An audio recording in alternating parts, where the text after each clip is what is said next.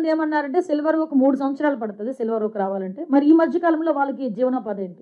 Silver oak కి 2.5 feet silver oak అవనియండి, మామిడి అవనియండి, what ever it maybe, ఏదైనా 2.5 feet ఉంటుంది. ఇంటర్ క్రాప్ వేయచ్చు, 3 months క్రాప్, 4 months క్రాప్స్ కూడా ఉన్నాయి. అవన్నీ కూడా ఈ రోజు మేము చేస్తున్నాం. జింజర్ ఇవ్వటం కానీ, జింజర్ కల్టివేషన్ వాళ్ళని ఒక అవగాహన కల్పించడం కానీ, పసుపు టర్మరిక్ కి సంబంధించింది కానీ, శనగలు ఇలాంటివి చేసే 3 months క్రాప్, 4 months క్రాప్స్ లో ఉండి వాళ్ళకి ఇవ్వటం ఒక ఎత్తు అయితే, ఏదైతే మనం సిల్వర్ ఓక్ ఇలాంటి ఆల్టర్నేటివ్ మొక్కలు మనం ఇస్తున్నామో వీటికి కూడా మెయింటెనెన్స్ కి ఒక్కొక్క ఎకరాకి దగ్గర 1,50,000 వాళ్ళకి అది మొక్కకి అది పిట్ చేయడానికి, నెక్స్ట్ వాటిని పెంచడానికి, వీటన్నిటికీ కూడా సంబంధించి వాళ్ళకి డబ్బులు ఇచ్చే పరిస్థితి వచ్చింది. అంటే ఫినాన్షియల్ గా ఏ గిరిజనుడు కూడా ఇబ్బంది పడకూడదు, వాళ్ళు అదర్ యాంగిల్ లో ఆలోచించుకోకూడదు అని ఒకే ఒక ఉద్దేశంతో ఈ రోజు చేస్తున్నాం. దానిలో కూడా మేము సక్సెస్ అయ్యామని చెప్పడానికి నిజంగా చాలా గర్వపడుతున్నామండి. ఇంచుమించు 2024 అంటే మా గవర్నమెంట్ వచ్చిన దగ్గర నుంచి 2024 ఎండింగ్ వరకు దగ్గర 68,625 కిలోలు గాంజా ధ్వంసం చేయడం జరిగింది. ఈ రోజు దీనికి సంబంధించి ప్రత్యేకంగా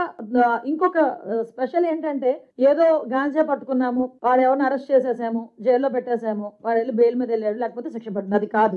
అసలు వీళ్ళ తాలూకా ఆర్థిక మూలాల మీద దెబ్బ కొట్టాలి. ఆర్థిక మూలాలు ఎందుకంటే వాడు ఇలా సంపాదించింది అక్కడ ఒక ఎసెట్ రూపంలో పెడతాడు. ఆ ఎసెట్ ని కనుక మనం సీజ్ చేయగలిగితే ఇలాంటి యాక్టివిటీస్ తగ్గుతాయని గౌరవ ముఖ్యమంత్రి గారి ఆదేశాల మేరకు ఈ రోజుకి దగ్గర 7 కోట్ల రూపాయలు పైగా ఆస్తులు సీజ్ చేయడం జరిగింది. నాకు తెలిసి దేశంలోనే ఫస్ట్ టైం ఈ రకంగా చేయటం, మన ఆంధ్రప్రదేశ్ చరిత్రలో ఫస్ట్ టైం కూడా ఆటోమేటిక్ గా. సో ఎప్పుడు కూడా ఆస్తుల వరకు వెళ్ళాలి, మేము ఆస్తుల వరకు వెళ్తున్నాం. ఇది గౌరవ ముఖ్యమంత్రి గారి ఆదేశాలు. ఇప్పుడు కింగ్ పిన్స్ ఎవరైతే ఉంటారో, ఇంకొకటి కూడా చాలా క్లియర్ గా చెప్తున్నాం, ఈ కింగ్ పిన్స్ ఎవరైతే ఉంటారో వీళ్ళ తాలూకా ఇప్పుడు ఒకటి దొరుకుతారు, దొరికిన తర్వాత ఇమీడియట్ గా వాళ్ళ తాలూకా ఆస్తులు జప్తు చేస్తున్నాం. వాళ్ళు వేరే వారి పేర్లు చెప్పినా, ఎక్కడి నుంచి వస్తుంది, హౌరిజన్ ఎక్కడి నుంచి వస్తుంది అని చెప్పినా, వాటన్నిటి మీద కూడా ఇన్వెస్టిగేషన్ చేస్తున్నాం.